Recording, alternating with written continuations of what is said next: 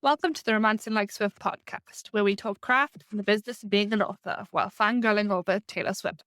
We're your hosts, Morgana Bevan and Emily Jane. On this podcast, we'll discuss what authors can learn from Taylor Swift. There are many amazing Taylor Swift podcasts in existence. We know this, but our focus is on mining Taylor Swift's lyrics and business practices for tips to help our fellow authors excel in their careers. Today, we've got Michael Evans joining us to chat about Taylor and her amazing abilities in nurturing and growing a community. We're hopefully going to find some tips to help authors make their community stronger. Just a heads up before we get started, I'm recording this from the future. It's September right now, and a good couple of months have passed since we recorded this episode. It was recorded before a major shift in Michael's life, and he's no longer involved with author subscriptions or the subscription community for authors in any way. Some of those themes do come up in this podcast, although we are focusing on community. Subscriptions obviously go hand in hand, but just know that this was recorded a few months ago. If you want to learn more about the change, you can check out his Facebook profile. Otherwise, he's got a huge backlog of podcast interviews where he also talks about subscriptions and community. Now let's dive into the conversation. Super excited to be here, y'all. What era of Swiftie? I like country music quite a bit. So I think her country music, it would be Your debut album then.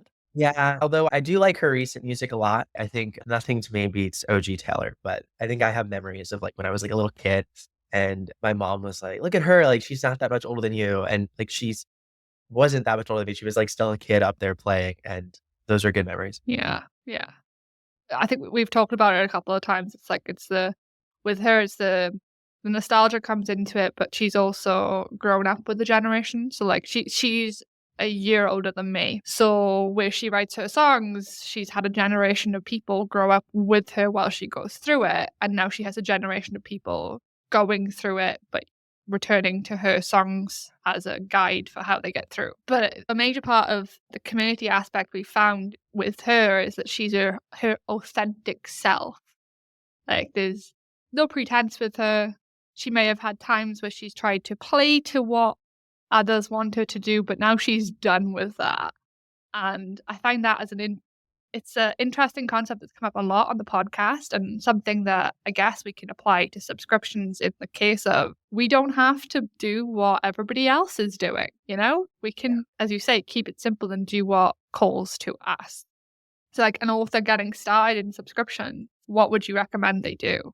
Actually thinking about how I'm using quotes only because I think there's a lot of debate around like what authenticity even means. And I myself think about this quite a bit. And, it's tough because I think there's like different versions of what it means for us to be authentic based on the context we're in. Like you can be your authentic self, like when you're hanging out with like your mom and dad, but that probably looks very different from like a wine night with the girls. I'm just guessing. Maybe some people it's the same. You're still being authentic, right? But the context just shifts a little bit. And I think that's important to note for authors, because it's like when we say be authentic as an author, when we say build a community of your fans, sometimes we can kind of think of someone like a musician, maybe an actor, maybe a YouTuber, a podcaster, like even we're doing now, and be like, oh, like they are being like their true authentic selves. Like they're always like that. And the answer is, well, they are being authentic in how they present themselves in the context of them being an entertainer or being an educator or being whatever that thing is that they do. But they're probably like, I'm sure, just guessing that like Travis and, Taylor have a different dynamic than what they're displaying publicly. Not to say that they aren't being authentic in how they're displaying themselves publicly, right? But like, right, there's different layers to it. So we're all like onions in a way. And if we think about it like that, then is authenticity to you in terms of how you present yourself to your readership? Because it probably isn't the same version, like for if you're a parent or if you are a spouse, it's probably not the version of yourself that you present to your kids or to your spouse, right? But it's still you. So how do you kind of marry that together? Yeah. But like back to Taylor, what do you think she does well in building her community? Because like we did a community episode and literally I think I looked at it for debut, and debut launched with like stupidly high on the Billboard top 100 or something. It made a lot of money just that debut launch. And to my mind, looking at it, all she had was this fandom that she was slowly building through MySpace, through YouTube, through vlogging, through being kind, basically, and asking people to like call into radio stations and stuff. So I kind of try to look at her with the like background. That's where she started, and that's where debut hit, trying to figure out what she did right that we could learn from, that then we grow on. I think you're hitting a really important point about the social media platforms because Tumblr in specific, she's had like a really fascinating history/journey on Tumblr. For folks who don't know, and probably most people listening to this podcast might be familiar, but I'll just do a brief, like one sentence intro. It's basically like a platform similar to like Twitter or something in that sense where it's mostly text based, blogging based, but it's really all for fandoms. Like that's who agglomerates on Tumblr. It's a really, really interesting space where people from, people have anime, like love for anime, love for K-pop, love for Taylor, a love for, sci-fi shows all agglomerate in this one space and kind of geek out together. That's what Tumblr is. It's obviously, there's more to it, but I think that's a good enough intro.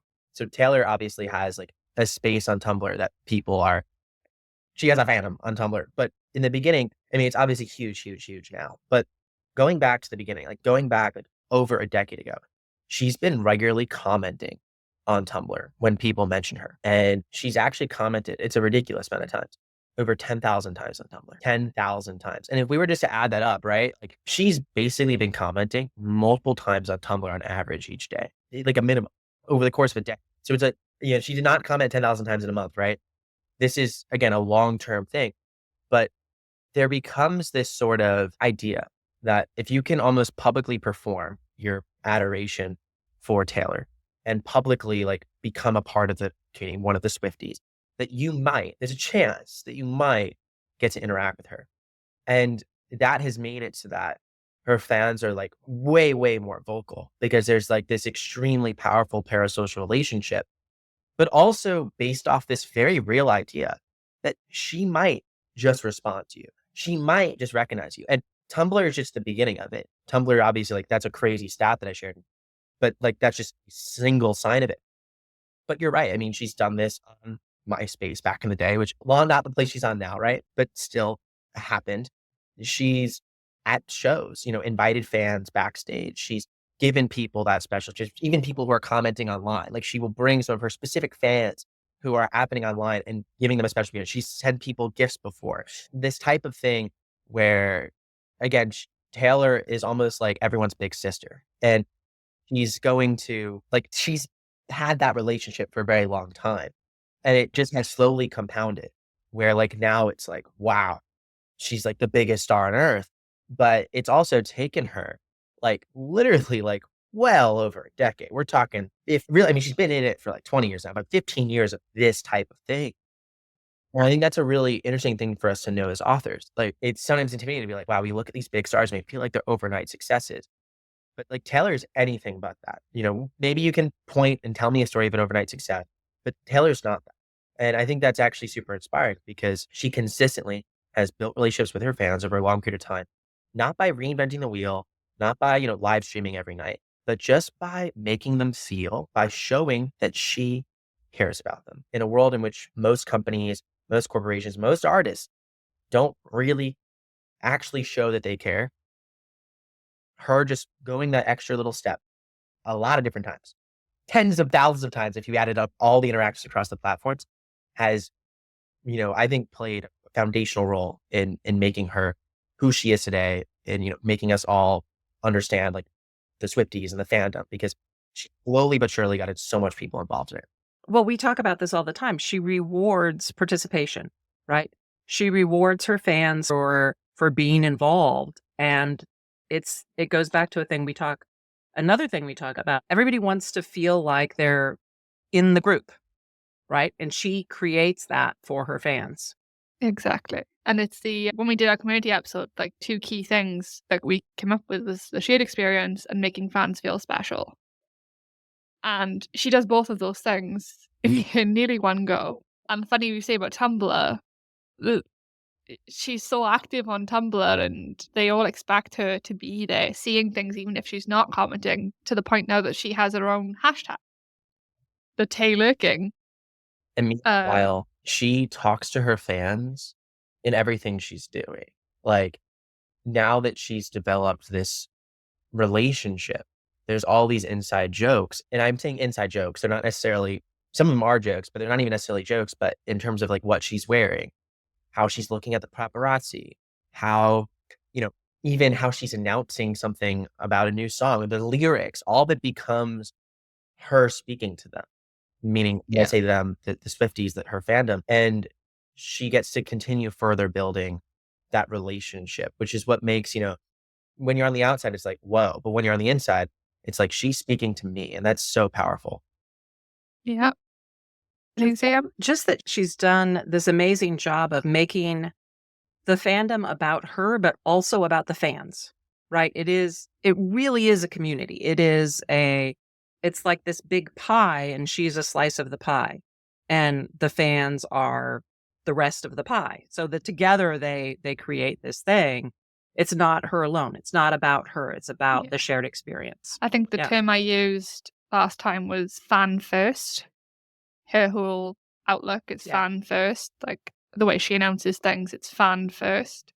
The way she did the Tortured Poets announcement, the way she's done every single one of the special editions, the way she's fed the Easter egg crazed hunt. She's constantly trying to engage them, and byproduct is it creates that natural social discussion that filters onto every single platform. Well, and part of it is her intentional sort of cutting out of the industry side of things, right? And this is what you mean when you're talking about Fad First, I think, is that it is not about the producers. It is not about because she is now in a position of financial and influential power, she is able to like make it all about the fans and only about the fans. I'm sure she does make decisions that have to do with like production timeline and whatever, but she makes the fans feel like they are at the center of all of those decisions. And that's Yeah. huge. And I guess that's kind of what you're trying to do, right? You're trying to cut out the sort of traditional publishing paradigm and making it not about that, making it about the authors and the Yeah. fans and Yeah. that Everything's community. about the storyteller's world and how they can invite readers further into it. And I think, yeah, it's cutting out the BS is important because, at the end of the day, it is the artist with all the power. It is the artist that the fans want to connect with. And we kind of live in an industry that's constantly trying to take advantage of that. And of course, Taylor's spoken super openly about that and is kind of revolted against that. But it also did, you're right, it took her a long time in the sense of she did have to play the game in certain ways for a period of time. And now that's part of her story now. And it's part of like what makes her special.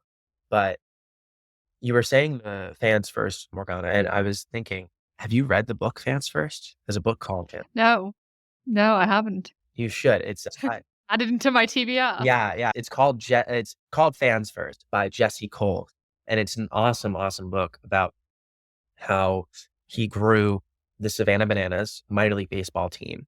I've seen the video. Yeah. It's like a global phenomenon now, but basically it started off as just a normal minor league team that they were basically going under too, and he has turned it into something incredible. So he takes a lot of the like. What's interesting about him is like again, completely different industry from publishing, completely different. But actually, like when you nail down what he's doing and then what Taylor Swift's done, not that different. Which shows that like again, if Taylor Swift can make this work and a minor league baseball team can make this work, authors can make this work too. Yeah. Yeah, I agree. So looking at then all the things that she's done, what can authors learn from it and how do we implement it in the terms of building community and then looking at subscriptions? Yeah, I think there's a few. I'll start with a few like short, actionable things, and then like kind of the bigger picture mindset. So in terms of like short, Mhm. actionable things, I mean, we've definitely identified that like one of the biggest strengths of Taylor is like how she gets her fans involved in what she's creating. And I think there's an opportunity that if you have a subscription, whether it's paid or not, it's up to you. You are able to have fans vote basically in polls. And it doesn't have to be everything. Like you don't have to have them write the story with you. But something as simple as maybe naming a character, maybe getting to decide the type of restaurant a date takes place at. That's just an example. these are things that make fans feel a part of the creation process. And for that core group, that's a really exciting prospect. And again, like if you're like books, stories out and you're like, oh, I voted for like that specific character name and it's in the book, you're going to tell friends that you're going to publish that online. You're going to share that because that's an exciting thing. So I think that's like one like very easy actual thing someone can do is like use polls within your community to get fans involved. I think the next thing that again is very actionable, is very simple, is like responding to your fans. Now, in the beginning, if you don't have a lot of fans yet and you're just starting to get this, you might be like, oh, this isn't very helpful, Michael. And hopefully my third piece of advice will be helpful. But when it comes to this specific tip, yeah, if you have like readers commenting on your stories, you don't need to like give them paragraphs back. You don't need to like, all of a sudden, share your whole life story in every comment, but just a simple thank you, just a simple like, this means a lot, actually means a lot to your fans. So going through and doing that and not just excluding it to like email or, you know, interactions in your stories. Like if someone's commenting on a specific paragraph in your Ream story, like all that's beautiful. But like, what if someone mentions you on Facebook? What if someone tags you on an Instagram post? Someone mentions you in a TikTok? These are the moments where just saying thank you is really something that can go a long way. And there's an author that I met, a literary RPG author 2 or 3 years ago, who kind of broke out here. I'm only not mentioning his name because I don't necessarily have permission to mention his name. I don't want to do that. But I've asked him, like, he broke out and basically like went from 0 to 6 figures in a year. And I was like, how did you do that? Like, how are you marketing? Right. And he says, I honestly don't actually market like in the traditional sense that much, but I spend hours a day responding to fans online who mention my books elsewhere. Like that's what he does. He just says, hi, thank you so much. And that gets them talking more. But the third thing I would do as well is understand your fans' relationship to like broader fandoms. So like when we look at something like Taylor Swift, like she is like she is the star, like literally, like she is like star sized, like she is the galaxy at that. Like honestly, like she's huge. So I want to jump in and say she's too big to hang out. That's a that is line from the funny. Anti-Hero Inside song. jokes now. No, Yeah, we you did. were right. That was very good. That was good. She is, but you're not, at least right now, Taylor Swift. Okay, person listening, I don't think you are. What? Colleen Hoover is Taylor Swift right now. Yeah, no. For Colleen, you are, yeah, for sure. Yes, yeah, for sure. But now let's think about Colleen Hoover, because Colleen Hoover, right? She's not an overnight success story either. Nope. They tried to claim it. Yeah, but she's definitely not. But think about what she did, right? She understood the larger fandom that she was a part of. Now she like is the fandom. The larger fandom that she was a part of really was like, the evolution of what comes next after 50 Shades. Where is dark romance going, which didn't even really exist before 50 Shades, at least in this broader conception of it. And that is kind of what she's built her community around. She's interacted with that fandom. And I think as an author, like the third like actionable tip is that you don't have to like, it's intimidating to think about yourself as being Taylor Swift. In reality, like there are Taylor Swifts out there, but the Taylor Swifts are probably the genre, right? It's probably the trope. It's probably something bigger than any one author. And you can interact and be a planet in that solar system. So what does that look like? It can be something as simple as just staying up to date with how readers are talking on social media about these specific fandoms that relate to your story. That alone gives you a lot of insight that'll help you be a better writer, right? When you're actually creating your stories. But if you want to like take it to the next level, participate, become one of the fans. I know it sounds like so almost trite, but like seriously, like you can start making TikTok posts. You can comment on other people's posts. You can like just be one with the community. You might be like, oh wow, will anyone even notice? The truth is, yeah. I mean, again, Taylor Swift was not now people notice when she comments. But 15 years ago, Taylor Swift was not what we think of as today. So, but she still did that work. So you can do it too. And you don't have to do it like in the Swiftie fandom or like in my case, Evans fandom. You can be doing this in other fandoms. So those are like my three like somewhat actionable tips that I think people can walk away from to actually implement what Taylor's doing. Okay, I have a question about the author you mentioned, Yeah. who's the lit RPG author. Do you think that worked for him because those fans are online in a lot of other ways? I'm assuming that the lit RPG fan is also a gaming fan, obviously, and they're part of that gaming community. And so there's all of these like Discord and whatnot, ways to access that fandom. Do you think Yeah, that's I part of think it? I think in terms of like how he specifically interacted, yes. There's an author who, and she came on our podcast, so I feel comfortable saying her name, Natalie Keller Reinhardt, awesome equestrian fiction author. I can tell you for sure, people who enjoy equestrian fiction probably, like you were suggesting, like Flit RPG readers probably enjoy video games. They probably enjoy horses. It's very true. You're probably not online as much if you're out taking care of horses, riding horses, etc. And it's not as like online of a hobby. So those readers aren't like hanging out on Discord. I can guarantee you that. But what she's done to actually kind of like build her fan base is actually travel around to conventions. Now, I'm not suggesting that everyone should go around and travel to different conventions, but that basically what she did is she realized this is the fandom that she's kind of wants to be part of. This is the broader community. I'm not going to try and like force them to be somewhere where they're not. I'm going to meet them where they're at and meet them where they're at in a way that was accessible and sustainable for her, which Natalie enjoys traveling, at least from my conversations with her. She enjoys interaction with fans in public. Again, not everyone will enjoy that, and everyone will want to do that. Someone like Brandon Sanderson is another example of this con strategy, right? Like people go like, how did he have the $40 million Kickstarter? It's like for literally, again, he was another guy for like 15 years minimum. It really actually goes to 25. He's really a 25-year at least guy who's been out there on the circuit, going to different fantasy conventions. He had like a lineup that he'd go to every year, and he would every single year talk and hang out with his fans. That's how he did it. Again, there's the example of the Lit RPG author Discord. You've got Sanderson going to fantasy cons. You've got, which are reader and more entertainment focused. Natalie goes to like actual horse conferences that have almost nothing to do with books, right? So there's a lot of different ways to approach it. And I think you're right that like why responding online has worked for this Lit RPG author is because his audience is online. For a lot of people who are writing in different genres, your audience might not be online as much or might be online in different places. And that's part of like the research that we have to do. But oftentimes it's not even that hard because oftentimes we're fans of the things that we're writing anyways, and we're already in these places. So it's less about reinventing the wheel and just more being reflective. Okay, so what we need to do is we need to reach out to Taylor Yeah. and have her let us set up a book signing out in front of, her concerts. We'll just take care of that and then we would be good. That would be like the end game, right? That would be like, Yes. The end game. Exactly. but there's definitely ways to stair step to that. Just grab all the Swift inspired authors. There's many of us.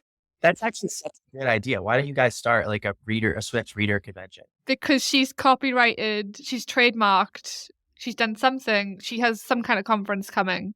Oh, does she? She's taken out a trademark in that area. So everybody's now waiting for her to do some kind of educational reader, like fan based event. Interesting. I don't think even if you were to, it would be tough. Like with my knowledge of trademark law, I'm not a lawyer, but like I think there's still an opportunity for you to set up something there, or get in her good graces. Why would she not want that? Like it would be such a cool thing for her and for everyone involved. Yeah. I'm a I fan. think we let this podcast grow a little bit and then we see where we are. Because, yeah, there's definitely plenty of authors, and I see so many requests in reader groups for this song inspired books, like for the vibe, or just straight up inspired by Taylor Swift. So there's definitely a reader base there.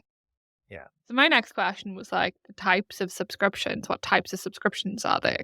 We've gone into it in the past, but I think how somebody starts with a subscription can be vastly different to others. Yeah, totally. There's really three kinds that we generally see. The first kind, which I'm mentioning this first, it's not actually the most commonly one that we see, but it's the one that like is probably most aligned with what Taylor does in terms of like what she does for her fans is exclusive content. So, in Taylor's instance, she's having exclusive interaction. She's creating behind the scenes. She does a lot of things of that nature. As an author, yours might look different. You might want to create maybe a bonus scene that is between a few characters, explores a little side arc in the story. Maybe you create something like I've seen really cool like recipe books that have been created that are like you can cook, X things or bake X things inspired by the story. So there's things like that you can get creative with. that like, we see some people do subscriptions around, and that's can be a lot of fun. And you can imagine ways that you can like bring your community together too around these things. Like, especially if you like do like a cookbook or like a travel guide, there's interesting things there. Or if you do, again, something like bonus scenes in your book, like when you drop the bonus scene, that's a huge deal for fans who love your story.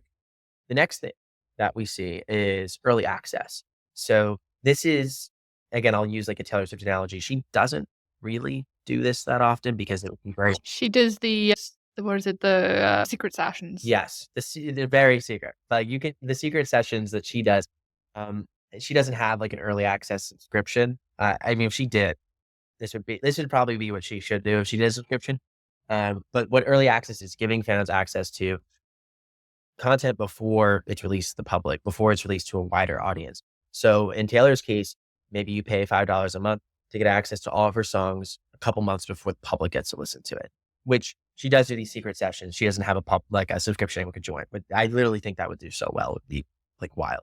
But as an author, you can do the same thing where, hey, this book's going to be out, released in a retailer. It's going to be out to the public in 3 months, but I want to give you access to this at an early stage. And where this gets even more interesting, and another analogy to what Taylor's doing as well, is you've seen that she's kind of remastered a lot of her albums, Taylor's version, right?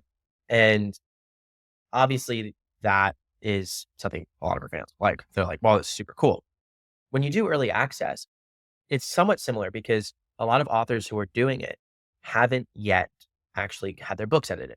They're literally like the first drafts. So, it could kind of be like your version, right? In that similar context, it's before it's been, gone together, before it's been published to the retailer. This is like the raw version. And you'd be surprised how many fans are interested in that. I mean, we can see how many fans are interested in Taylor's version. Okay, I have to ask though. Readers really want to read unedited, messy drafts of things? Some do, not all, but some do.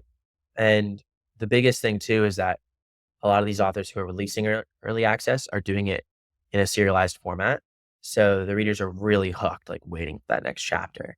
And, there's this equation that Alex Hormozy created in this book called $100 Million Offers. It's a pretty decent book on selling. It's not super applicable to authors, but the equation goes something like dream outcome times basically the expected probability of reaching that outcome. So that's the numerator. And the denominator is the actual like friction to achieve that and how fast it happens. So you can imagine that if you were able to have like, what would someone pay an unlimited amount of money for? It was to give them like longevity 100% in a second. Like that would be like, there wouldn't be a price tag you could place on that. That would be everything. People would give everything for that. Now, in this case, if you think about it for books, like this whole early access model is really interesting because when you look at that equation, right, the dream outcome is that a reader reads an amazing story that like gives them entertainment, that they think about for a long time, that they're immersed in this world. Like they want an amazing experience. That's the dream outcome. Then we have to multiply it by the expected probability of that taking place, which if we're talking about like a broader audience who is not yet familiar with your work, that expected probability actually might be quite low. Depends on the reader, but a lot of times, like when we read books, we're like, yeah, this isn't for us, right? There's a lot, so that decreases it. Like it could be great, but what are things that de-risk it? Well, if a friend tells you to read the book immediately, right, that expected probability goes extremely high up, right? If multiple friends tell you to read a book, then you're almost certain you'll like it. Reviews help, all these types of things. But when a fan's already like a fan of yours, that expected probability is way higher because they already have trust in you, which is why like trust is the currency subscription, which is why it's a long game, which is why, Taylor's continuously releasing great music over the course of like multiple decades. And then you go to the denominator of this equation, right? Because the higher that numerator can be and the lower the denominator can be, the more value you're creating. And again, I'm only bringing it to this logical sense because it's sometimes tough to map on how this would work if we don't feel it emotionally. So if it's not like pulling on you, then thinking about it like that, okay, now we have the denominator. Well, in the denominator, the friction's kind of the same, right? Like you're just reading a story. I think it's tough. As Ream, we try and make the friction less and make it like a really easy experience for readers. But it's tough for like you to like make the friction of reading all that much lower. I mean, we could talk about like funnel optimizations and all that stuff, but that's way too nerdy and deep for right now. But the time is really important. If I can get something faster, If I can get my dream outcome faster, which is reading a great story, that is inherently more value. So if I'm able to get that quicker, 3 months sooner, that is a big deal. Even 4 weeks sooner, that is something that people are willing to pay for. Now, is everyone going to pay for that? No, maybe not. Do some people say that maybe they would, do it if it was free, but wouldn't want to pay $5 a month? Of course. But are there a number of people that's insignificant? Like, it's not insignificant, I should say. Like, are there a number of people who are willing to do something like that? For sure. And we see that. And maybe for every author, they have different portions of their audience they're interested in. Some authors, they might be too low a percentage that's early and early access. And they're like, yeah, no, this isn't really worth it for me.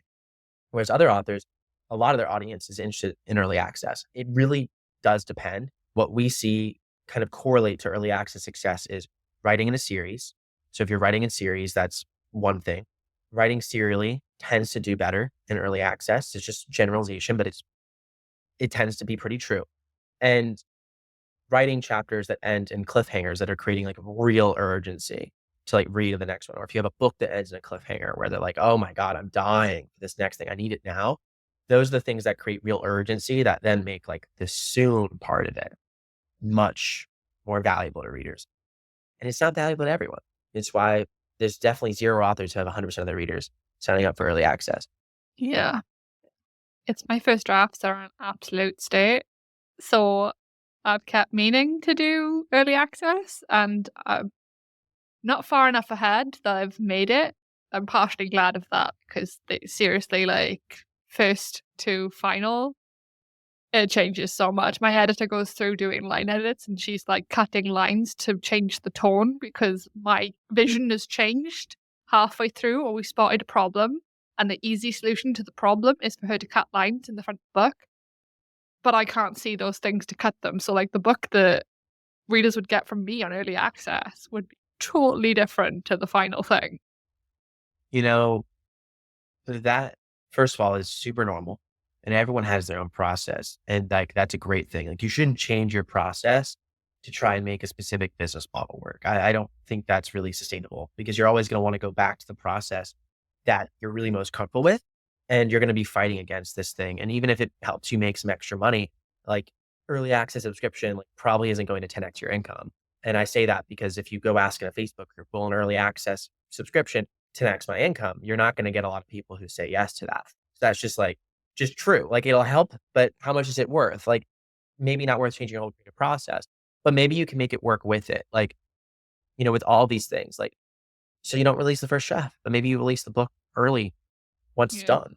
And a lot of authors then kind of ask the question, like, this kind of feels like ARC readers. And it's like, yeah, some people actually invite their ARC team, gift them free subscriptions, which you can do. That was a question I had for Morgana before we were talking about what questions we were going to ask you. And I was like, that's a question I want to ask him, because I definitely want to like take those readers that are going to follow me from my Facebook group or whatever, like that art, that small group that are hardcore fans, and gift them the subscription and say like, okay, you've got it forever for my stuff. It's like 4 or 5 people or whatever, but that's the kind of thing I definitely want to do. Oh yeah, it's a great idea. I think that when it comes to the power of something like that, it is really awesome to get your fans together, excited about a story that you're writing, and they know that they're getting that special treatment just because you're releasing it early. You don't have to, uh, Taylor gives her fans special treatments, but there's all the Easter eggs, there's all the social media interaction. You can do that. But for a lot of authors, it's even more sustainable. Be like, what if I just, made them feel special with that red carpet access, which she does too, but she doesn't do it at a broad scale, because if she did it at a broad scale, like, it would just get out. Like, it would be the release, right? Like, there's no way to hold back telling your songs. But yeah, and then I think the third model that I didn't get to, that I'll touch on really briefly, is just like signed books, merchandise, right? And I mean, Taylor does this too. She has, if you haven't checked out Taylor's merch, she definitely does great with it. And it's awesome merch. People, I mean, at her concerts, like, everyone's wearing. But that's the third way that we see authors doing it, is like physical goods broadly. So readers will subscribe, and maybe they get one merch design every 6 months. Maybe it's a t-shirt. Maybe they get access to signed books as you release them. And those tend to be very popular too. As you notice, they target kind of different segments, like different readers. Like, some readers will want all of it, but some readers only want some of it. Like, and this is true even for like Taylor's fan base. Like, how many people are interacting with Taylor on Tumblr? And that's the way that they're developing deeper fans with her. A lot. But people listening to this podcast, I'm sure a lot of people listening to the podcast are fans of Taylor, but I guarantee you probably majority of you aren't interacting on Tumblr. Like you interact in other ways. Some of you might have the merch. I don't think all of you have Taylor merch, right?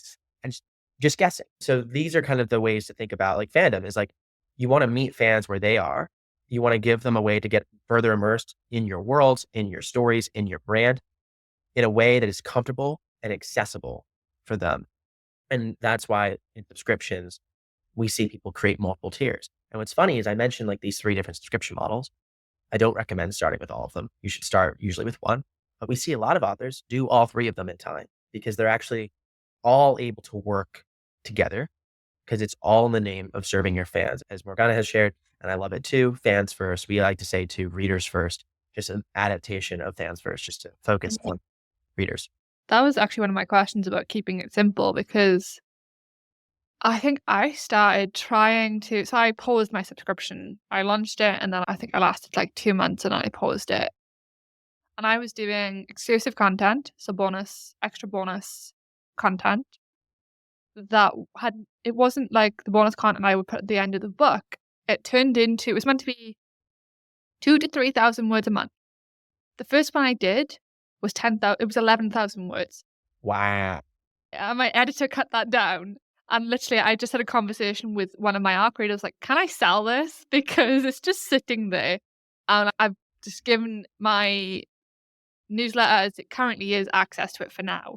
And basically, what I'm going to do is more of these longer term things when I relaunch. They're like sneak peeks into far in the future, into events in the future, but they'll be longer than a bonus. So they'll be like novelettes. And once they're all done, I'm going to do one a month. And once they're all done, they're going to get compiled into one book and sold. Okay. So I have like Christmas plan. All of them for my rock stars will all be our Christmas event at some point in their like 5-year timeline that I cover in the books. So that's how I'm going to relaunch. But I was also trying to do the bonus stuff. I was trying to do early access, but I couldn't get far enough ahead. And then trying to get readers into it and make yourself continue writing. Like, I think my key takeaway so far is that I need to be ahead. Like, I need to be ahead on the exclusive content front or the early release. And I need to do one. Yeah. Only one. Yeah. That's amazing advice. I agree with it. And I love what you're doing. I think it can be, I think as that develops over time too, it's going to be awesome. And I love too that you're highlighting something really important just about subscriptions in general. And you see this in really all musicians' businesses, but Taylor's another example that is multiple revenue streams for the same product, right? So subscriptions are less about subscriptions and more about the business model. But what you're offering in a subscription can be offered in any type of business model, right? At the end of the day, this whole business, this whole industry is about serving your fans, right? You can serve your fans doing all these things we've mentioned. You could do early access. You could do bonus content. You can do physical merch. You can build community between your fans. Like these are all great bedrock, right, of serving your fans. Now, it's great to have a subscription. Like it's awesome. It's recurring revenue. It's really nice to know at the end of the month, next month, you're going to at least have a certain portion of your paycheck that you don't have to go fight for again, right? That is really great when you're an independent author who's trying to pay the bills, who's just trying to get by. It's very helpful, but it doesn't end there because not all your fans, business, they might like, oh, I really want that merch or I really want to get that exclusive content, but the subscription model for me doesn't work, right? It's not maybe for them personally, individually. So then you go and say, oh yeah, I'm going to bundle all that together and then sell it at some point. Then that becomes what we'll call like an a la carte sale, one-time payment. There you go. You can do things like crowdfunding, right? Which are somewhat a one-time payments, but oftentimes we do crowdfunding for more of these fan-based stuff. That was a really weird way of just saying like tiers and benefits and rewards, but regardless, like, right. And then you can do crowdfunding. Like there's not like, you don't have to choose. You just have to choose to do one thing really, really well that you're enjoying, keep it sustainable over a long period of time. And then you can monetize that one thing any way you want. No one's telling you, yeah, because it's in a subscription, you can't then go sell it individually at some point, or you can't go do a Kickstarter or vice versa. It could be in any order you want. Yeah. So I love that you're doing it. I mean, it's like I said, I'd launch in March. It's March. I still haven't finished the first one. So I'm like, it'll happen. I have a cover It's for gonna the final thing, so it'll happen at some point. Something that occurred to me when thinking about Taylor is the way that she, with every new album, she remakes her look. The sound slightly changes. It's like she relaunches herself. And it made me wonder if we should be looking at each subscription like project as a relaunch, or if we should be yeah. seeing it as a continuous thing. Like we get into this, so like my Rockstar thing, that's gonna take like 10 months to come to completion. That's a very long project. But then somebody like my friend Cannon's Keys was doing she did a exclusive, I think it was a novella, exclusive to Ream before launch. So it was early access, but like she waited a while to put it up on retailers. But that was a specific period of time. And then after that's done, it's like, what do we do next? So I think you have the right mindset. Exactly. I would approach this the same way in terms of it's weird because like subscriptions are like once you join it, you're there. And it's kind of like, do I have to do the same thing over and over again? But that's actually not what fans want. And Taylor's a good example of this. Like if Taylor didn't evolve, right? Like if she was still like there's all the different eras, right? If she was still in her, first album debut era where she's creating country music and beautiful, like and again, like she could still be doing country music. There's a lot of different ways to evolve even within the genre. But if like she was just still did that same thing, one, she'd only be interesting to people who are doing that, who want that one thing. So she would never like expand or have opportunities to bring new people in. But even more importantly, people get tired. People get tired, right? They don't want the same thing over and over again. They want something similar. Like it's still Taylor, right? It's not like we're taking Taylor out of it. You can follow the through line in her music. It's not like she's like all of a sudden, and I mean, if she did do this, I think she'd still have fans now, but she didn't go from like country to like heavy metal rock like that. It was not like that wild of a jump, right? Just like, I don't know if I would, We all want the rock album. well, rock album, well, now, but we're also like so deep into it now, right? Yeah. Like it's like, oh, okay, she could do anything now. Like Stephen King, he could do anything now. It doesn't matter. But like in the beginning, like these people kind of stayed the course, evolving, but like you're not turning from like, I don't know, like you're not switching like elements in Pokemon. Like you're sticking to like I'm gonna level up my game, and then maybe you could become like the ultimate dragon at some point. But I think in terms of like a subscription for authors, I'd think about it is like, yeah, you don't need to know what you're doing forever. Just know what your subscription is going to be for like the next, I don't know, couple months, 6 months, 10 months. And then when you start a new period in your subscription, it is an opportunity to relaunch it. And that is such a great thing because now you have new things to market with. You're not beating down the same message to your fans 5 years in a row. Like I don't think a fan on a newsletter wants to hear for 5 years straight, early access, early access, early access to the story. It's like, no, maybe you switch up what you're doing. Maybe you change it. And like, that's actually a great thing. And you can grow more by doing it. So that's exactly how I think about it. Thinking about it almost as if you're having a season. Subscribe to this season. Yeah. Next season, it's going to change and we'll see. And that's how I'd encourage them to think about it too. Like you're entering a season here. Seasons don't last forever. People don't want summer to last forever. Make them wait for summer. Make them look forward to summer. Then give them fall and the change of colors and then winter, right? Like this is how we work as humans. It's a good thing. As Ann Janzer wrote in a book called Subscription Marketing. It's a great book. She also written a few nonfiction books for writers. This book was mostly meant for tech entrepreneurs. It's still a very good book. In the book, she has this kind of line that really stuck with me. Or actually, it may have been, might not be Ann Janzer's book. It might be someone else's book. I've read a lot of books. Regardless, this is a good book. And this line, whether it was from Ann or not, is simple. Oh, this one may have been from Robbie Kellerman Baxter about the forever transaction. Regardless, the line is, iteration is everything. Customers expect change in a subscription. They expect it. So it's not even that like it's a mildly good thing. It's actually expected that things change. They can be big, they can be small, but definitely don't be afraid to do it. It's expected. So my last question, I'm kind of dealing with this, trying to figure out the mental shift in how we try to build fandom in a public free sense, how we build that fandom in the public sense, but then how we do it with subscription. So like, how do you deal with that? I don't know, the guilt? Is it guilt of wanting to build a subscription so then you keep things locked, Yeah.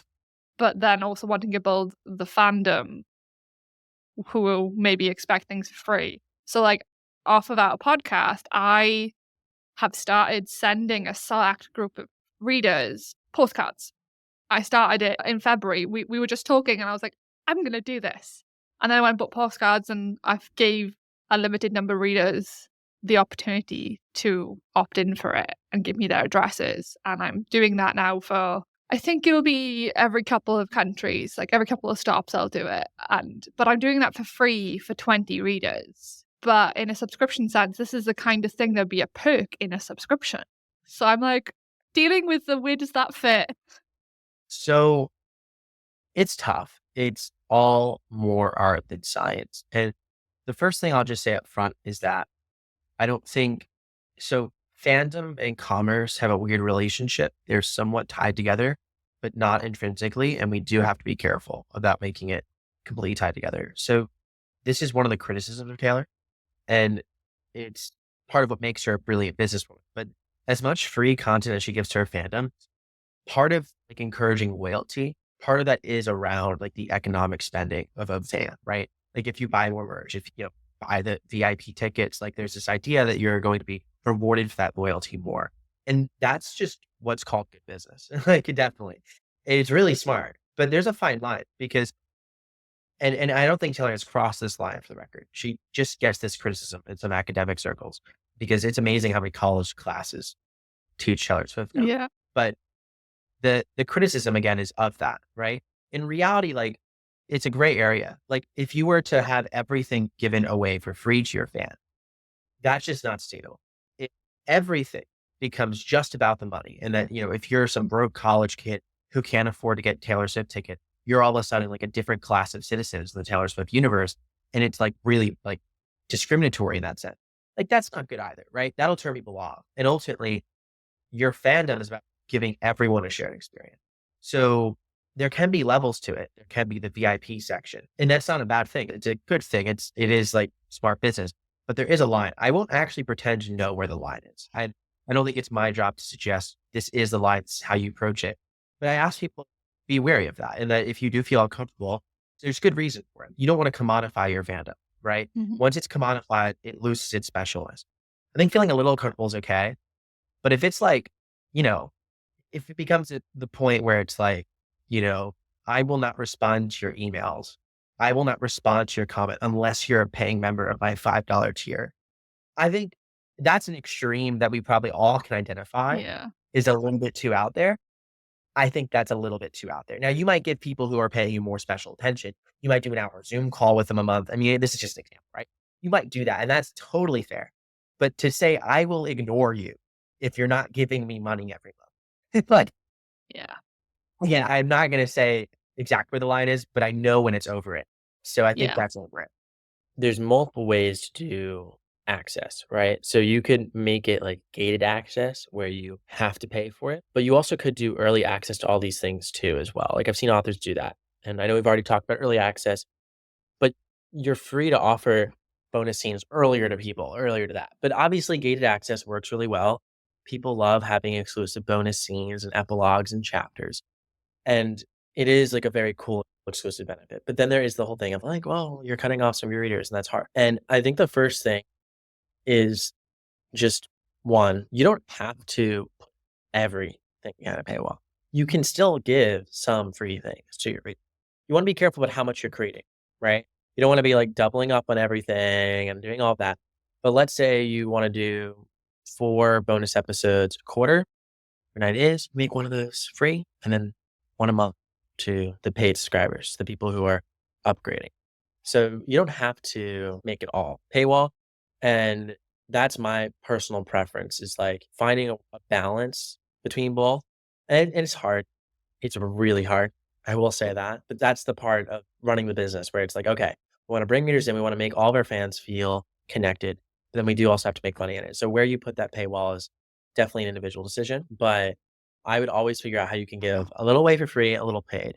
Another thing you can do too is like give them, I'll give an analogy to it, but you could have this podcast be free and on RSS feed, which is what I know you're doing.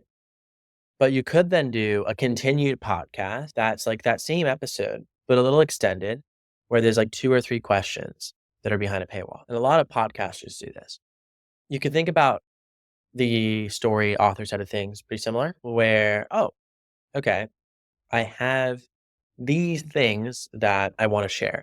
Maybe it's, we'll just say, a novella connected to one of your story worlds.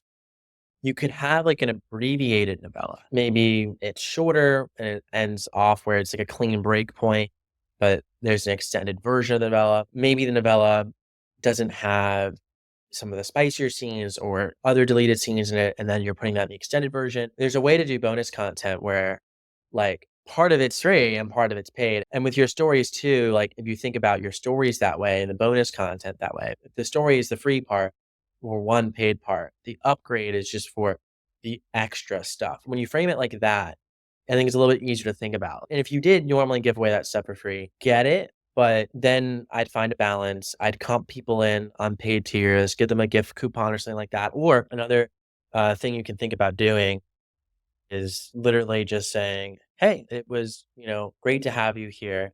I'll just send you these because you're on my ARC team. But for future readers, this is how it's going to go. So you're not burning a relationship with past readers, but then just setting a new precedent for the future. I've seen a lot of creators do that too. So yeah, it depends. It's hard. There's no one right or wrong answer. My general thing is like one of the hardest questions we have as authors is that question. And I would put yourself in your reader's shoes if you can and start to think of like, well, what would you pay for another author? What are other readers paying for others? Look at what people are doing. If you can, ask in a group or community with other authors or even readers and see like what they'd say, because you never want to burn trust with your readers. It's the biggest thing. But at the same time, you do need to get paid for what you're doing. So it's that balance. When you say about like podcasters asking questions against YouTubers are doing things like ads free, Yep. like behind paywall, ads free, you're paying. I think like Sailing the Vagabond does it with every video they put up, you pay per video and you're paying for ads free or early access as well. It's the both of them. But I think it's always a struggle. Like I'm through all the conversations we've had on community, like I'm literally just had pins designed that I intend to give away free to readers that fill in the form and tell me how many books they've read. So I've set it to 5, 10, and 20 for the number of books I have. So when I hit 20, they'll get access to the 20th. Haven't had them made yet, but I've had the designs done and finished. And like in my head, I'm going, yeah, it's free. Like I just need my active readers to fill in the form to tell me to tick off how many books they've read and tell me their addresses, and it's there. It's kind of creating that community aspect where this is a thing. Really, people will whether I continue it. I don't know. I might not do it past the first 100 print. I love. But I also remember that's something that Christopher Hopper does with his poker chips for his subscription. When they join his subscription, they get a poker chip. Yep. That's cool. And I'm like, I'm giving that one free, and he does it as part of his subscription. Like, It's interesting thinking on that point though. Like another way to make something still give away free content but make it paid is like, what if you had like a special upgraded letter that you are getting paid? Like I will mail you the bonus content in a letter, print it out, or you can get it free version, right?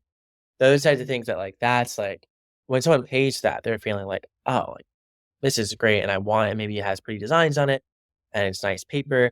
And you could do that pretty cost effectively depending on what you're charging. And that might get more readers interested. So there's other ways to do it too. Like you're talking about like Christopher giving away the poker chip. Like we want to be careful about like, okay, well maybe there's a version of like a virtual poker chip that he can give away free to his. I love Christopher, by the way. Just texting last night. But like whatever your poker chip or bonus is there like premium and an entry level version of it that doesn't sacrifice the experience? It isn't like a cheap cutoff. You could do that too. Like I already suggested that. But like, is there a world in which you can say, hey, you get like the VIP experience you're paying, but if you're not paying, no worries. You still get the experience too. You can still say you have something. Like in Christopher's example, he actually does give away poker chips for free when you sign up for his mailing list. You just get different colors when you're higher up. That's at least what I believe I got Okay. that when I signed up. I don't think I'm a special reader. I think he does that for everyone. And he's done that for other people I know too. So you could do it in like tiers, right? Where like even something like that, like it's more special. It's a different color. It's cooler. It's better for the higher paying people. So everyone feels included, but people like have a reason to upgrade. That's how Yeah. I'd think about it. Literally think about it like a concert. Like Taylor Swift does not say, I'm struggling here. Like, I gotta make money for the business, got like a whole team to pay, all this going on. I'm gonna take this one song and like only people who pay me are gonna be able to listen to it. Can't do it on Spotify. Can't even go to Apple Music. You've got to like pay me direct. I mean, she'd obviously be able to have a lot of people do that. She definitely would. But why has she never done that? Like, she could easily like, I bet she could get 10 million people to buy something like that. Now she might get 100+ million individual people to listen to any one of her songs, but like, she could probably still get 10 million people to buy something. Why doesn't she do it? Because she already has this model. Free music. Oh, but you wanna, like, get the VIP version? Come in person, right? That's how she does it. Mhm. Okay, come in person. I bet in the future, we're gonna have VR live streaming. That's not too far away. VR live streaming at the concerts, right? But, like, I'm sure she'll be a pioneer in that. But regardless, okay, now we're here at the concert. Oh, but you're up in the nosebleeds, far away. What if you wanna, like, be closer, like, really get to see Taylor, see the dancers, see everything? Okay, you got to pay more. Get the VIP experience. Oh, well, that's not enough. Wanna go backstage, get to maybe shake Taylor's hand, meet and greet, get a picture with her. Okay, that's another upgrade. And then you look at it and it's like, oh, well, obviously we're not throwing concerts as authors, but like, what's the equivalent if you feel like morally or just super uncomfortable with making content like this paywall? What does the concert like version look like for you? So, like I suggested, there could be a letter, be it a simple letter. Maybe the other letter is like special edition and has like cool, unique designs in it and like could be hanged up on a wall. And maybe the VIP version is signed, or maybe the other version is signed, but the VIP one is signed and maybe comes in the box to hold the letters in or a frame to hang them up. I mean, like you can go down all these rabbit holes and it doesn't have to even be physical. Like you're like, oh my God, like I can't deal with that. Like don't want to do it physically. Okay, well, do it digitally. Figure out like the other, what is the equivalent there? Frankly, I think physical is a little bit easier to imagine with VIP type things, which also Yeah. is stressful. And I get it. There has to be give and take somewhere. But, but yeah, that's how I think about it. Yeah, it's just straight off going SFW artwork and NSFW artwork. If you're doing a tier that's artwork, you'll do this for work when it's free. One Yep. of them. 'Cause I know people do that. It's really one say for work version that's free, and the rest you have to sign up for also NSFW. I guess we could take it even further as having a for work version of one scene, but there's actually an SFW version of the exact same scene that you have to sign up for. It's literally a direct correlation, isn't it? Like the adding on layers Yep. make it more exclusive. Yeah. Yep. And then that safe for work art goes to social media platforms because it's safe for work and can be posted there, could reach new fans. I mean, like you can see how like each thing is like you want to use largely I'm a pretty big believer in like you want to use your creation, your stories, your content, any format as a way to find new fans. Like that's the most valuable thing you can do. Everything else is downstream of that. So when speaking about any sort of exclusive content, like it's a very high bar depending on how you're paywalling it and depending on like how discoverable it is for that to be worth it. I'm not saying it isn't worth it, but like as opposed to what I said earlier, there's a real business case to be made that like is your time better spent writing books, which are specific formats that'll do better from a discoverability perspective? Is your time better spent publishing that for free, getting more fans that way? Discovery is the name of the game. And unless you have a ton of raving fans, I think we make a mistake sometimes by jumping to money too early. I'm not saying don't make money. Okay. Definitely make money. But like, are you thinking of doing something that's going to grow your business by 20% or by 10x? If you're making $100,000 a year, growing your business by 20% sounds really nice. If you're making $100 a year, growing your business by 20% is an accomplishment. But like, at least in the States, like you've got yourself, dinner at a fast casual restaurant, maybe. That's fine. But maybe we should think about how to 10x it. And you're probably not going to 10x your business by taking content behind a paywall that isn't going to get you any more discoverability. And if you do find a way to do that, amazing. I'd love to hear about it. Or if you don't want to tell me because it's so awesome, great. Just do it. But yeah, it's not usually how it works, right? So we got to be careful about that. We got to be like, what are we trying to do here? If we're trying to grow our revenue and have audience, beautiful. If we don't have audience, you should be framing everything in the context of how do I get more readers? And if that's not going to get more readers, let's be realistic here. If you're making $100 a month, your subscription is not magically going to get you $2,000 a month. Your bonus content isn't magically going to get you $2,000 a month. I've never seen it. And I say that, I hope someone proves me wrong and shows me it. But I would say that's probably an exception to the rule rather than the standard. Yeah, I think that's a really good reality check because, like, it's the buzzword. Subscriptions is the buzzword along with Kickstarter, right? And there's a really good reality check that there's a point at which it makes a lot of sense. That doesn't mean the point is right now. If you're a newbie author, if you're not making consistent income every month that you can live on. Like, Yeah.